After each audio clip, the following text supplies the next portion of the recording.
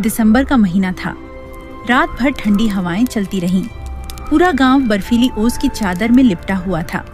खेतों के ऊपर बर्फ की मोटी परत जमी थी और इन्हीं पहाड़ियों के बीच बसा था एक छोटा सा गांव सीतानगर। यही गांव अपनी खूबसूरती के लिए जाना जाता था, पर इस सुंदरता के पीछे छिपी थी एक सच्चाई। यहाँ के लोग गरीबी और संघर्ष से जूझ रहे थे।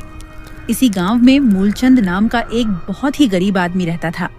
गरीबी इतनी थी कि न पहनने को कपड़ा सही से मिल पाता था और न ही खाने के लिए भोजन। मूलचंद के पास अपनी कोई जमीन नहीं थी। वो कभी कभी दूसरों के खेतों में काम करने जाया करता था।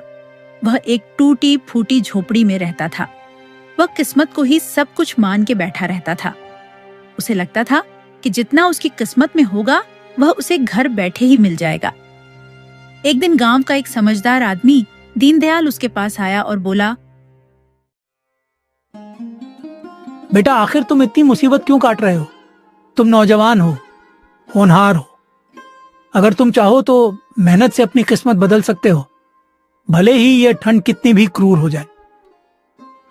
दीनदयाल चाचा, ज्यादा मेहनत करने से कोई फायदा नहीं।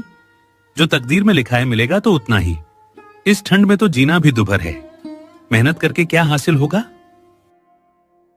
बेटा, यही गलती तुम्हारे पिता ने भी की थी। उसने भी खुद को पूरी तरह भाग्य के भरोसे छोड़ दिया था। इसीलिए वह कोई काम नहीं करता था, सारा दिन घर पर ही पड़ा रहता था। तुम्हारी गरीबी भी तुम्हारे पिता की इन्हीं गलतियों की वजह से है। देखो, गांव में सबके पास अपनी अपनी जमीन और अच्छे घर हैं, जहां लकड़ी की आग जलती रहती है, ठंड से बचाव होता है। मगर तुम्हारे पास ना जमीन है, ना ढंग का घर। यह टूटा फूटा मकान भी तुम्हारे दादा ने बनाया था, जिसमें ठंड रात दिन राज करती है। बेटा, जब तक तुम किस्मत का रोना रोते रहोगे और ठंड का बहाना बनाते रहोगे, तब तक जिंदगी में कुछ हासिल नहीं कर पाओगे। अभी तुम्हें अपना विवाह भी करना है, और विवाह तभी होगा जब तुम धन कमाओगे, ताकि ठंड से बचने लायक घर और कपड़े जुटा सको। दीनदयाल चाचा, आखिर मैं क्या काम करूं? गांव में तो कोई काम ही नहीं मिलता, खासकर इस ठंड में जब बर्फ सब कुछ ढक लेती है। कभी मिल भी जाता है तो 1-2 दिन का ही काम मिल पाता है, और ठंड से हाथ पांव सुन्न हो जाते हैं। बेटा, ये दुनिया बहुत बड़ी है, इसमें काम की कोई कमी नहीं।